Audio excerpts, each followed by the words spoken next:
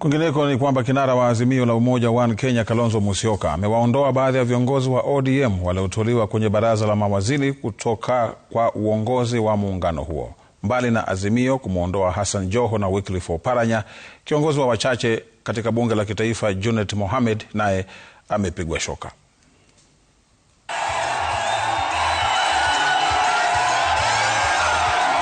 Kupitia kwa waraka wake kwa vyombo vya habari, kinara wa muungano wa Azimio la Umoja One Kenya Kalonzo Musyoka alitangaza kuwapiga kalamu waziri wa madini na masuala ya baharini Ali Hassan Joho, mbunge maalum Sabina Chege, Abdi Nur Omar Farah na kiongozi wa wachache katika bunge la kitaifa Junet Mohamed kutoka kwa baraza la Azimio.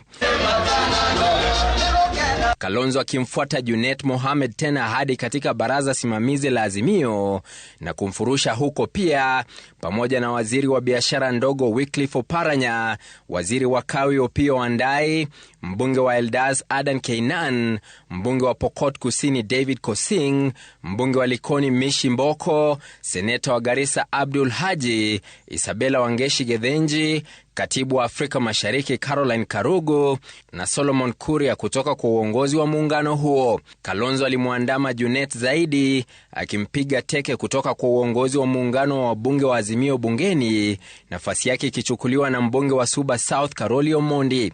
Karoli tayari alikuwa ametangazwa kuchukua nafasi ya katibu mkuu wa Azimio iliyoshikiliwa na mbunge wa Suna East Junet Mohamed.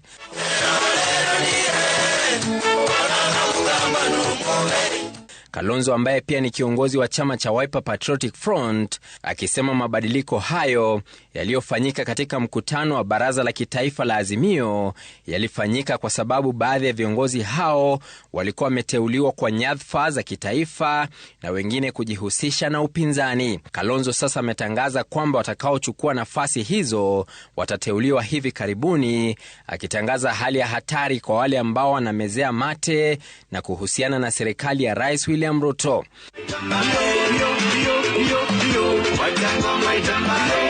Mabadiliko haya hata hivyo huenda yakakosa mashiko, kwani wana ODM ambao ndio wengi zaidi ya Azimio tayari wametangaza talaka yao kutoka kwa muungano huo, mkutano wa wajumbe wa chama hicho mwishoni mwa mwezi huu ukitarajiwa kuvunja ndoa hiyo rasmi. Emmanuel Toruninga, Citizen, Nairobi.